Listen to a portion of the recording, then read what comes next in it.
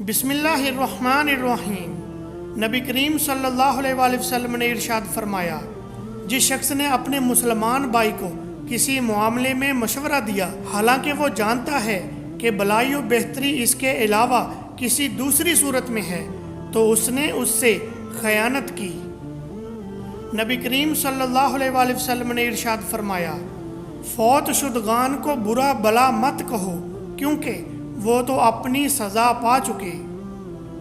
نبی کریم صلی اللہ علیہ وآلہ وسلم نے ارشاد فرمایا، جو شخص 2 ٹھنڈی نمازیں فجر اور عصر پڑھے گا وہ جنت میں داخل ہوگا۔ نبی کریم صلی اللہ علیہ وآلہ وسلم نے ارشاد فرمایا، جس نے کسی مسلمان کی عیب پوشی کی تو اللہ اس کی دنیا اور آخرت میں عیب پوشی فرمائے گا۔ نبی کریم صلی اللہ علیہ وآلہ وسلم نے ارشاد فرمایا، باجماعت نماز اکیلے شخص کی نماز سے 27 درجے زیادہ فضیلت رکھتی ہے۔ نبی کریم صلی اللہ علیہ وآلہ وسلم نے ارشاد فرمایا، جو شخص خشوع و خضوع سے 2 رکعتیں پڑھتا ہے تو اللہ اس کے سابقہ گناہ معاف فرما دیتا ہے۔ نبی کریم صلی اللہ علیہ وآلہ وسلم نے ارشاد فرمایا، میں نے معراج کی رات کچھ آدمیوں کو دیکھا کہ ان کے ہونٹ آگ کی کینچیوں سے کترے جا رہے تھے۔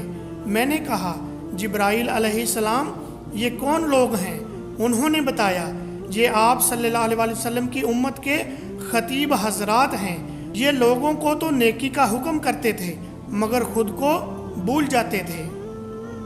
نبی کریم صلی اللہ علیہ وآلہ وسلم نے ارشاد فرمایا، جو شخص وضو کرے اور خوب اچھی طرح وضو کرے تو اس کی خطائیں اس کے جسم سے نکل جاتی ہیں، حتیٰ کہ اس کے ناخنوں کے نیچے سے بھی نکل جاتی ہیں۔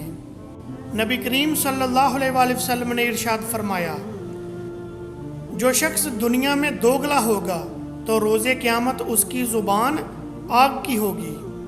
نبی کریم صلی اللہ علیہ وآلہ وسلم نے ارشاد فرمایا، ہر بندہ اپنے آخری عمل پر جس پر فوت ہوا اٹھایا جائے گا۔